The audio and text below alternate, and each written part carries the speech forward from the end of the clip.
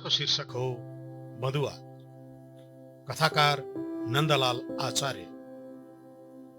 चुप रही न बौआ, भात पाइक रहल छै, पहिने तोरै खाइल देबै। घोसैया तेली आफ्नो जेठो छोरा बिजुवालाई खाना पाक्दैछ, तलाई नै पहिले खाना दिउँला भनेर फकाउँदै रहेछन्। म एबी महलबाट सामान किनेर फर्केको थिएँ। गहिरो साँझ परिसकेको थियो। कम्मरमा हात लगाएर गोसैयाको घरतिर हेर्न थाले। बिजुवाको बाल सुलभ कचकचले रोकिने नाम लिइरहेकै थिएन। बच्चा रोएको सुन्नै सकिन र हिँडिसकेको मान्छे टक्क अडिए। मेरा गोडा अनासै उनको दलिनतिर लम्केछन्। नमस्कार नमस्कार मास्टर साहेब। गोसैया मेरा सामु हात जोडेर खडा हुँदा पो म झसङ्ग भएँ। उनले टाउकामा गम्छा बेरेका थिए। लामो मैलो कमिज र पाइजामाको परिधानमा थिए। उनको शरीरबाट पसिनाको गन्ध आइरहेको थियो। मैले हात जोडिरहेँ, तर मुखबाट एक शब्द पनि निकालिन। किन म उनका सामु बोल्न सकिन, मलाई नै थाहा भएन। सानो छँदा उनी नै म माथि शासन गर्थ्यो। अहिले बुढेसकाल चढेपछि उनी नै अघि हात जोड्न आइपुग्छन्। मनमा जे कुरा खेले पनि मेरा आँखा वरपरको दृश्य पढ्न व्यस्त भइरहे। वरिपरि बाँसका घसिटाको टाटीले बारेको सानो आँगन थियो। सामुन्नेमा साना दुईटा झुपडी खडा थिए। एउटाको चाहिँ बाँसकै ढोका थियो, त्यो बन्द थियो। झुपडीकै सामुन्ने बाँसकै घनो गाडेको थियो। घनोको टुप्पामा त्रिशूल थियो। त्रिशूलको फेदमा रातो ध्वजा बाँधिएको थियो। त्यस घरलाई उनीहरू गोसाई घर भन्थे। हामीहरू भने उनीहरूका कुलदेवता रहने घर भनेर बुझ्थ्यौं। घनोलाई चामलको पिठो र सिन्दुर अबिरले पोतेर सजाइएको थियो। त्यस घरका भित्ताहरूमा समेत कलात्मक मिथिला चित्र कुँदिएका थिए। तिनको रङ भने उडिसकेको थियो। आँगन सफा थियो। लिपपोतको कमी र भर्खरै पानी पर्नाले बिरुप भएको थियो। पारो देवी तेलिनीले मेरो छेउमा काठको पिरा ल्याएर राखिसकेकी थिइन्। हामीहरू जस्ता दुखी दरिद्रीहरूको घरमा आएर खडा नहुनुस्, हजुर बस्नुभयो भने हाम्रो दिल प्रसन्न हुन्छ भन्दै आग्रह स्वरूप भनेकी थिइन्। हम सब जका दुखी दलिदर के आंगना में आइबक खडा नहीं हो, अहाँ बैसबे त हम सबके दिल खुश भजैते। जति आग्रह गरे पनि म बसिन। बरु बिजुवा रुनुको कारण पत्ता लगाउन चाहे। आँगनको पूर्वी कुनामा चुलो थियो। त्यसमाथि सिलेबरको ठूलो भाँडो बसाइएको थियो। उनीहरू चुलो वरपर बसेर हात सेक्दै थिए। राम्ररी निहालेर हेरे। भाँडामा पानी मात्र थियो। त्यसमा कुनै अन्नको गेडो समेत थिएन। पारो देवीले लुकाएर भाँडामा छुसुक्क केही हालिन्। मैले घाँटी तन्काएर हेरेँ। भाँडाको पानीमाथि खरानी तैरिरहेको थियो। बिजुवाका आँखा मेरो अनुहार टुलु टुलु हेर्न व्यस्त थिए। म भएकाले होला ऊ चुपचाप थियो। घरिघरि पानी उम्लन लागेको भाँडातिर पनि नजर दौडाउँथ्यो। परतिर झुन्डिएको कोक्रामा सानो छोरो गोपिया उठ्ने तर्खरमा कन्दै थियो। भाँडामा के पाक्दैछ गोसैयाजी? मेरो मुखबाट निस्केको प्रश्नको जवाफ दिनुको साटो उनले आफ्नो अनुहार झन कालो बनाए। पारो देवीले अर्कोतिर मुन्टो बटारिन् र सारीको फेरोले आँखा पुछिन्। म झन बिलखबन्दमा परे। पहिलेकै प्रश्न दोहोराई तेराई सोधे। बिजुवा नजिकै बसेर हाम्रा कुरा सुनिरहेको थियो। जवाफ दिनुको साटो गोसैयाले चुप लाग्न संकेत गरे। म झन आश्चर्यचकित भएँ। बेकारमा उनका घरमा पसेछु जस्तो लाग्यो। गाउँघरमा कालीचरण मगर मास्टरजी भई सम्मान कमाएको मान्छेलाई आफ्नै गाउँको तेली दाइले चुप लाग्न पो भने है भनेर मन दुखी बनाए। अर्को मनमा भिन्दै कुरा पनि आयो होलान्। उनका पनि कुरा। उनी अपमान गर्दै हिँड्ने मान्छे त होइनन्। म पनि काम न काजको यतातिर पसेँ। नजाने गाउँको बाटै नसोध्नु भनेको ठिकै हो। सरासर घर जान छाडेर अर्काको पारिवारिक मामिलाबारे सोधखोज गर्दै हिँडेपछि म जस्तालाई चुप लाग्न संकेत गर्नु ठिकै त हो। यस्तै सोचेर मनको रिस त्यही मिल्काइदिएँ। घरतिर पाइलो बढाउनु पूर्व बिजुवाको निर्दोष अनुहार सम्झिए। उसको नजर मतिरै थियो। इसाराले उसलाई बोलाएँ। ऊ दगुर्दै आयो। मैले आफूले बोकेको झोला खोलेँ र दुईटा बिस्कुट उसको हातमा राखिदिएँ। ऊ खुसीले फुरुङ्ग भयो। आँसु पुछ्यो। तैपनि अरू केही दिन्छ कि भनेर मतिर हेरिरहे झैँ लाग्यो। सायद खेलाउन पो खोजेको हो कि भन्ने लाग्यो। पैसै दिएर सन्तुष्ट पार्नु पर्यो भनेर गोजी छामी हेरे। खुद्रा पैसा रहेनछ। सानो पैसो भनेको 50 को नोट रहेछ। बच्चाको मन खुसी पार्न सके मलाई अपूर्व आनन्द आउँथ्यो। त्यसैले म त्यहाँ रोकिएको थिएँ। ल बिजुवा बाबु, अब खुसी हुनु। यसले पिपी बाजा आउँछ, आकाशमा उडाउने बेलुन पनि आउँछ, मुख मिठाउने वस्तु पनि पाइन्छ। अब त खुस। मैले उसको गाला मुसार्दै भने। उसले के बुझ्यो? बुझेन, तर खुर्र दौडेर पारोदेवीको काखमा बस्न पुग्यो। मेरा गोडाले आँगन छाडिसकेका थिए। गोसैया मेरो पछि पछि निकै बेर ओरसम्म आएका थिए। मैले एकपटक पनि फर्केर हेरिन। उनी आफ्नै धुनमा बरबराउँदै थिए। मैले केही पनि बुझिन र बुझ्न पनि चाहिन। मात्र यति कुरा मेरो कानमा ठोक्किन पुग्यो। मास्टर साहेब, गल्ती भए माफ पाऊँ हजुर।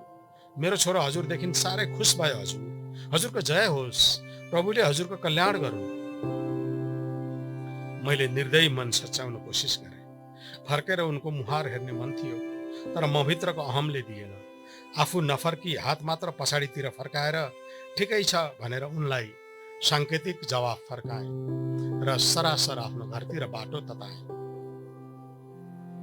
भोलिपल्ट शुक्रबारको दिन थियो। 1:30 बजे नै विद्यालय छुट्टी भयो। बजारतिर कतै नअल्मली म सरासर तुर्कियातिर जाँदै थिएँ। आँप फुले नफुलेको हेर्ने मन भयो। सैनिक चौक पुगेपछि गोविन्द साउको 4 बिघे फुलबारी हुँदै जाने बाटो थियो। त्यही बाटो नजिकै मेरो पनि 2 कट्टे सानो फुलबारी थियो। चर्को घाम लागेको थियो। खेतमा कोही घाँस काट्दै थिए, कोही भने खेत छेउछाउ भैँसी चराउँदै थिए, कोही गोडमेलमा व्यस्त देखिन्थे, कोही भने मेलाबाट घरतिर फर्कँदै थिए। परैबाट मैले गोसैयालाई खेत जोतिरहेको देखेँ।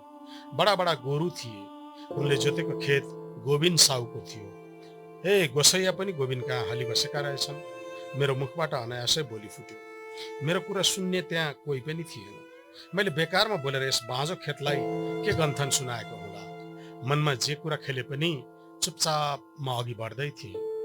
म धेरै वर्ष गोर्खामा बसेर काम गरेँ। चाडबाडमा मात्र घर आउँथेँ।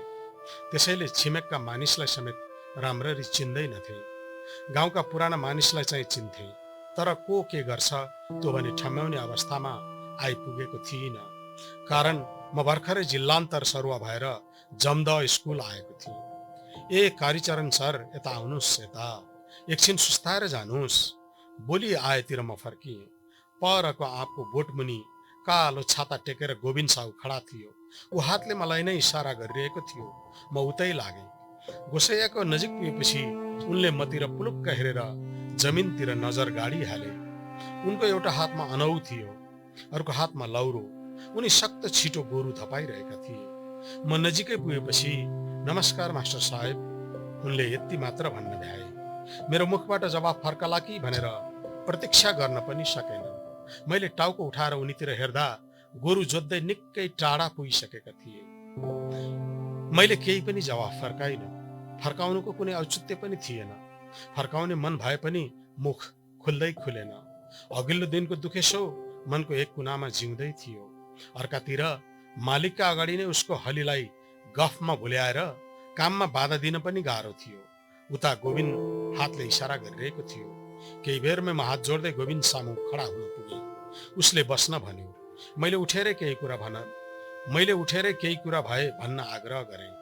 उसले नजिकैको बाँसको पटाहामा लागेको धुलो टकटक्यायो र म नजिक राख्दै भन्यो, सर बसौँ न, उठेर गर्ने गफै छैन, यस्तैमा बसौँ र बात मारौँ, हुन्न र? उसको पुस्रे प्रश्नको जवाब टाउको हल्लाएर दिँदै म पटाहाको एक छेउमा बसेँ। अर्को छेउमा छाता ओछ्याएर ऊ बस्यो। सर, तपाईँलाई बोलाउनुको खास कारण चाहिँ हली खोज्न हो। तपाईँको टुर्किया गाउँमा कामको खोजी गर्ने त्यस्ता इमान्दार मान्छे पाइँदैनन् र? उसले सुस्तरी कुरा बुझ्न खोज्यो। गोसैया छँदाछँदै अर्को किन चाहियो र? मैले उल्टै प्रतिप्रश्न गरेँ। त्यो बुढो भयो, कामचोर हुँदै गयो, बेइमानी पनि गर्न थाल्यो।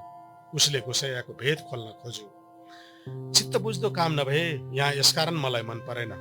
यसरी सुधार र सुध्रिहाल भनेर मौका दिनुपर्छ। सपरे ठिकै मान्नुपर्छ, नसुध्रे मात्र विकल्प सोच्नुपर्छ महाजनजी। मैले मेरो मन खोलेर देखाइदिएँ।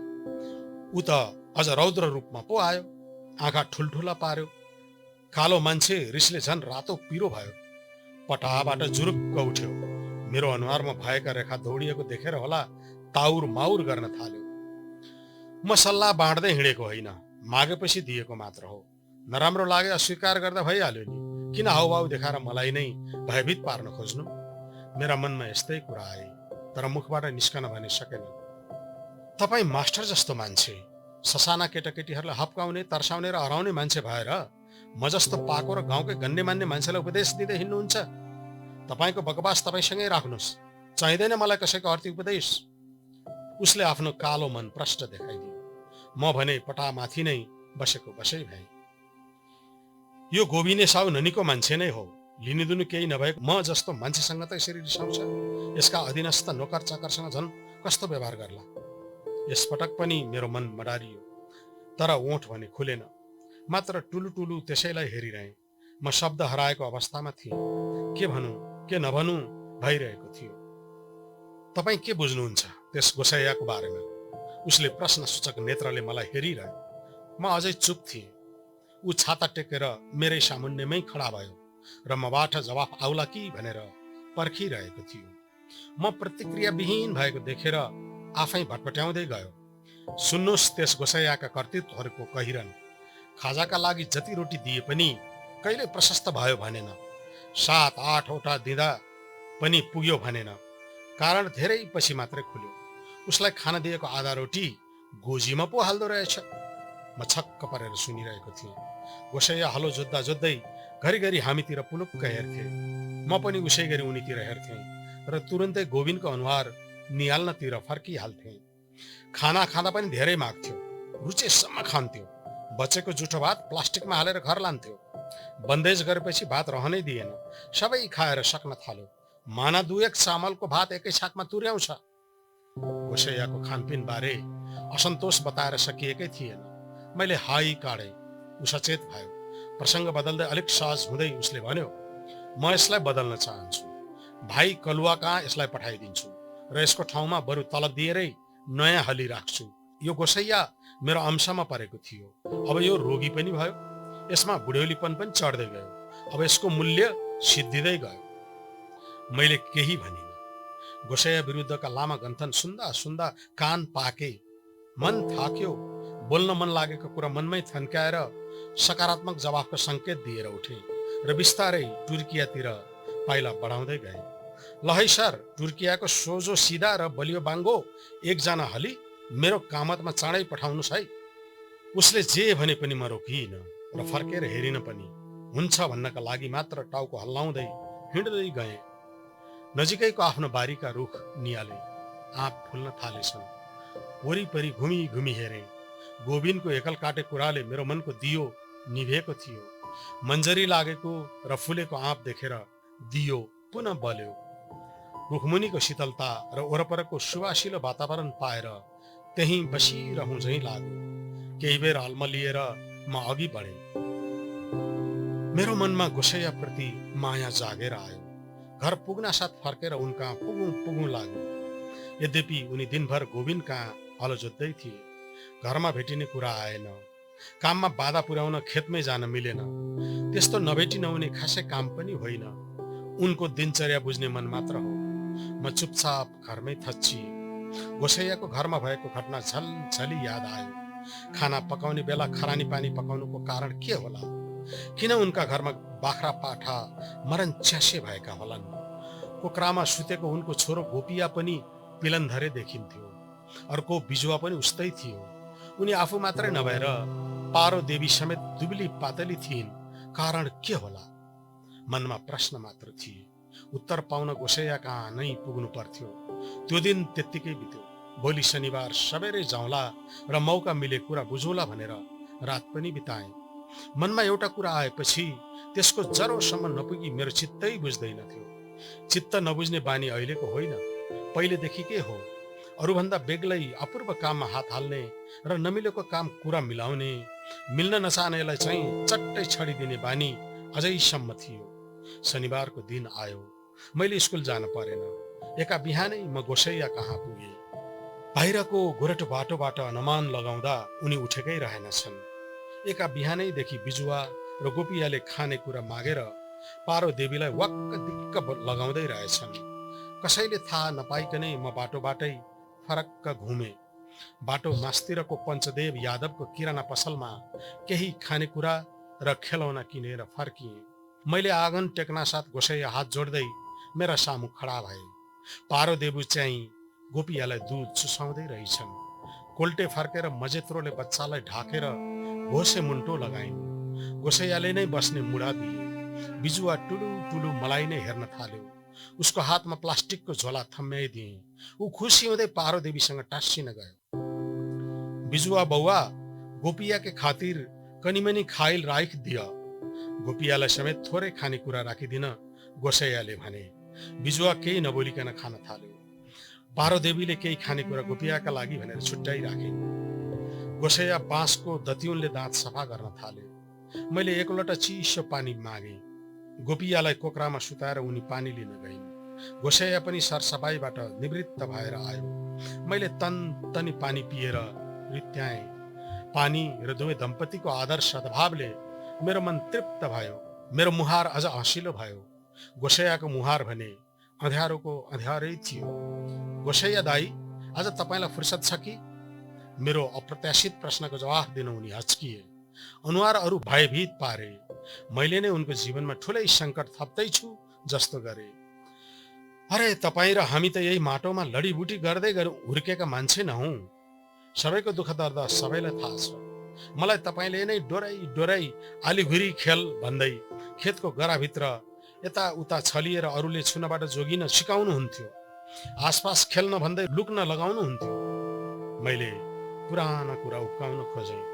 उनले गहभरी आँसु पारे र यति भने, हो सर, त्यो समयमा हामी सबै एक समान थियौँ। यो कुमालेको चक्रले मेरो जीवन यहाँ ल्याएर फ्याँकिदियो। मसँग यी लालाबालालाई नरकवासी बनाइदियो।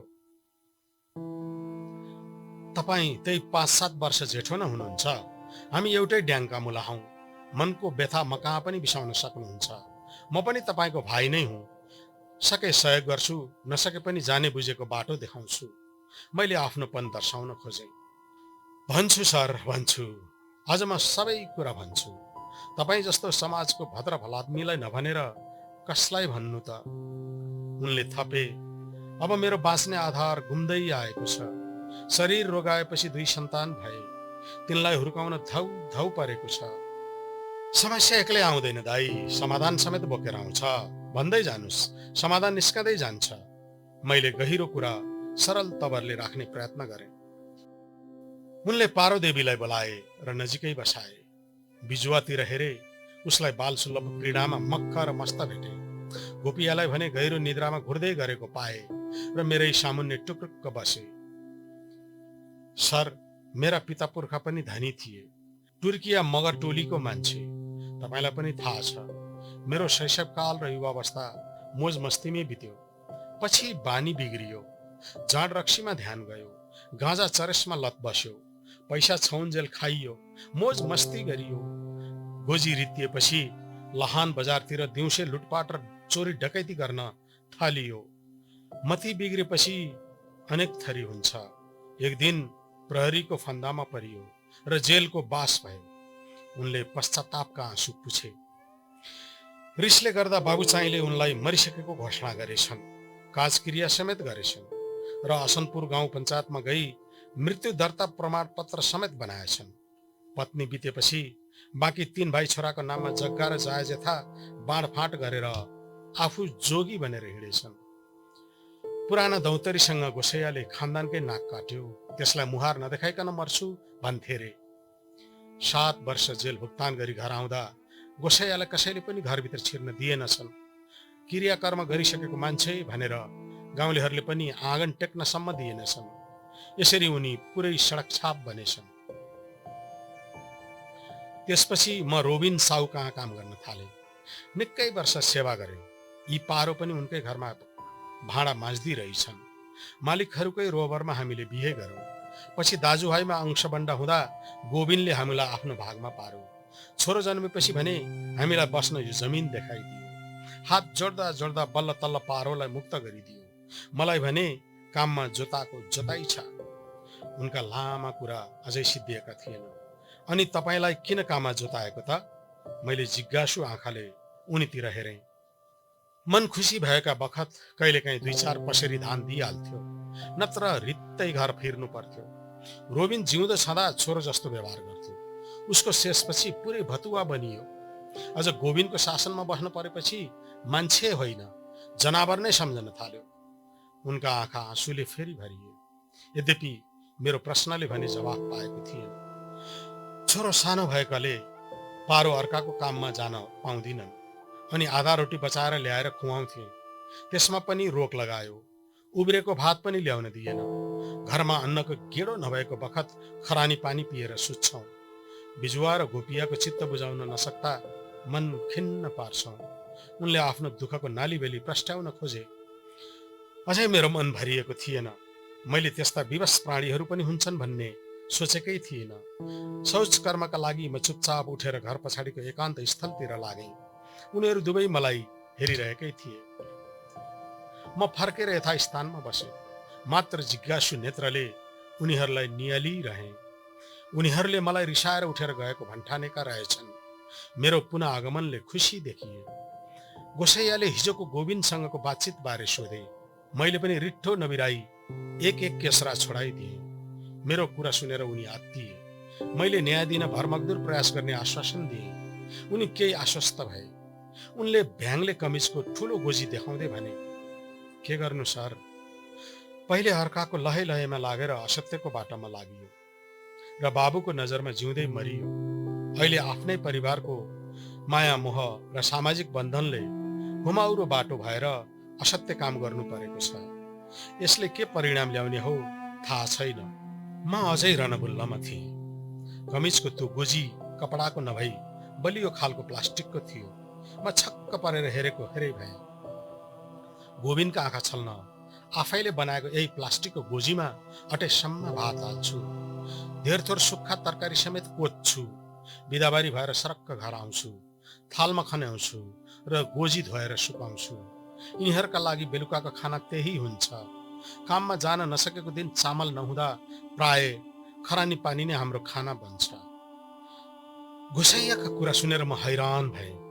बाँच्न र बचाउन कतिसम्म विवश हुनु परेको होला भन्ठाने। उनले बिजुवाले खरानी पानीको भेद थाहा नपाओस् भनेर पहिले नबोल्न सङ्केत गरेको खुलासा गरे। खट्टी कुरा थाहा पाएपछि मेरो मनको खटपट पनि मेटिएर गयो। म उनीप्रति अझै आकर्षित भएँ। शिक्षण पेसा अपनाएर पनि सङ्केत बुझ्न नसकेको म आफै लज्जित हुनु पर्यो। म जति पढेको भए पनि कमै पढेका उनले मलाई एउटा पाठ पढाए भनेर चित्त शान्त पार्न खोजे। उनी भन्दै गए, पोसिलो खानेकुरा नपाएकाले दुवै सन्तान कुपोषण भए जस्ता छन्। स्याहार नपुगेर बाख्रा पाठा पनि सप्रेका छैनन्। सानो छोरा च्यापेर र ठुलोलाई डोराएर पारो पनि जुठा भाँडा माझ्न घर घर चार्छिन्। बासी खानेकुरा भेटे छोराहरूलाई खुवाउँछिन्। आफ्नो पेटमा पनि चारो पार्छिन्। यसरी हामी सूर्योदयदेखि सूर्यास्तसम्म अर्काको घरमा जोतिन्छौँ र पनि सधैँ पेटभरि खान पाउँदैनौँ। उनका वेदना र व्यथा अनगिन्ती थिए। म धैर्यपूर्वक सुनिरहेको थिएँ। मैले सोध्ने प्रश्न सोधिसकेको थिएँ। स्पष्ट उत्तर नपाए पनि अड्कलबाजी लगाइरहेको थिएँ। अब मलाई गोविन्दले कलुवा कहाँ सार्छ जस्तो छ। गोविन्द निर्दयी भए पनि उसकी श्रीमती चाहिँ दयालु थिइन्। कहिले सागपात, कहिले पिठो कनिका, त कहिले 50-100 रुपियाँ लुकाएर भए पनि दिन्थिन्। कलुवा त दयालु छ, तर उसकी श्रीमती खराब छे। खानपानमा उसकै खटनपटन हुँदो हो।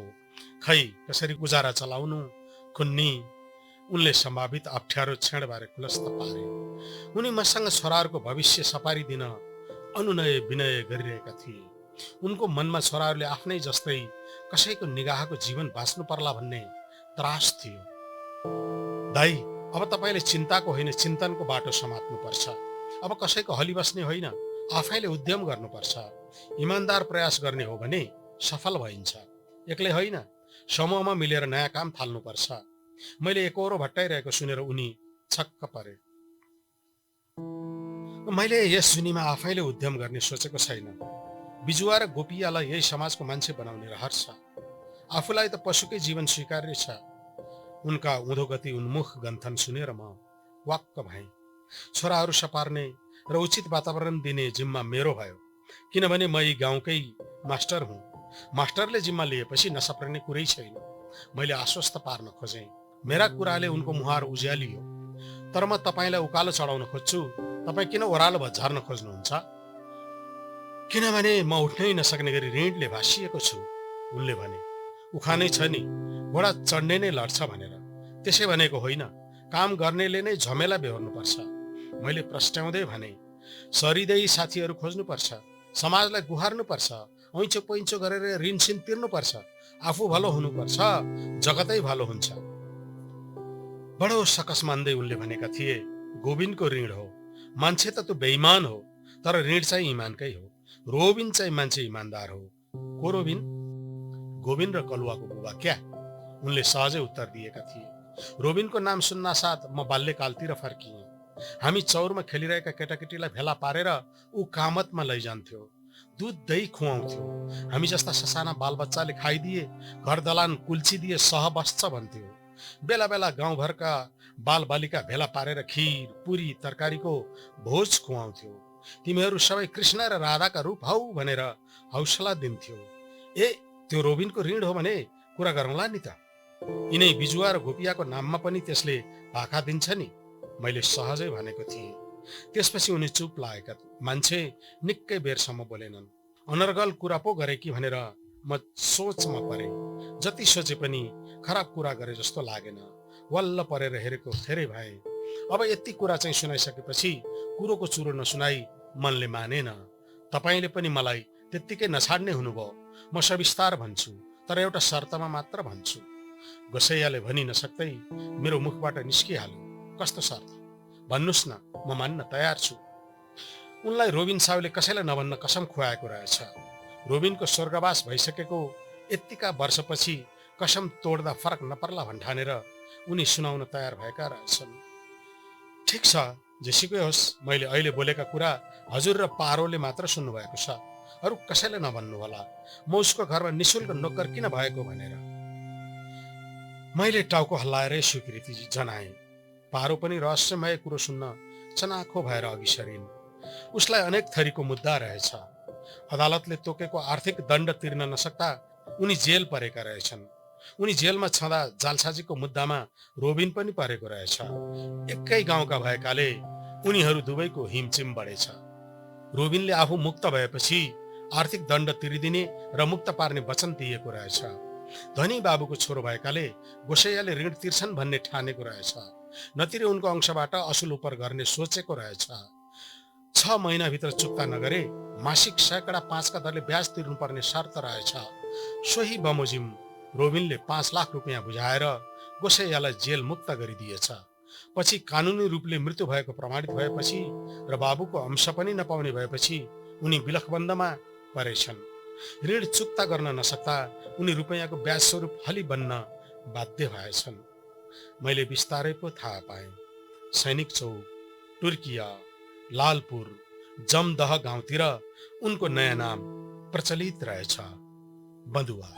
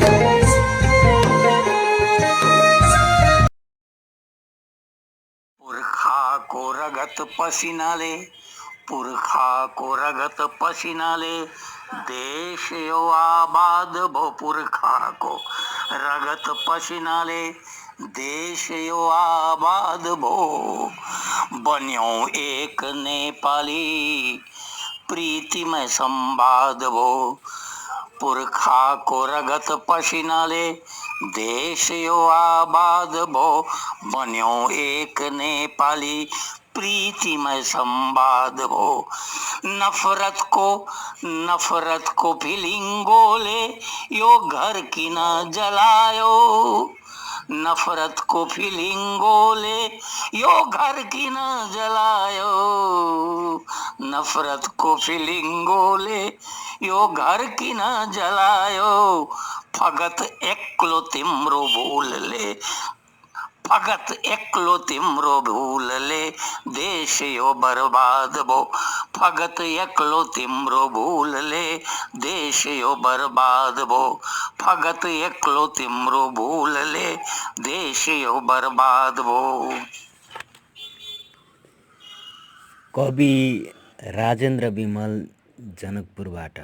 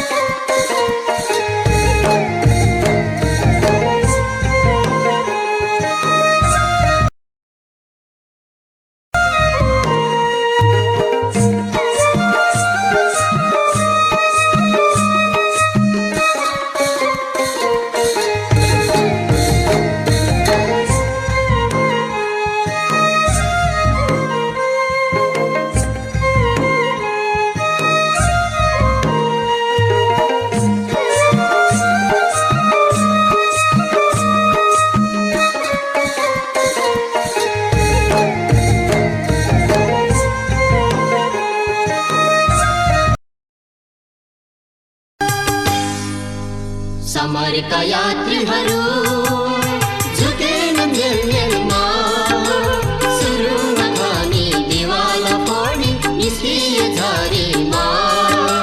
समरका यात्रीहरू झुकेनन् जेलमा, सुरुमा खानी दिवाला फोडी निस्किए झरीमा, सुरुमा खानी दिवाला फोडी निस्किए झरीमा।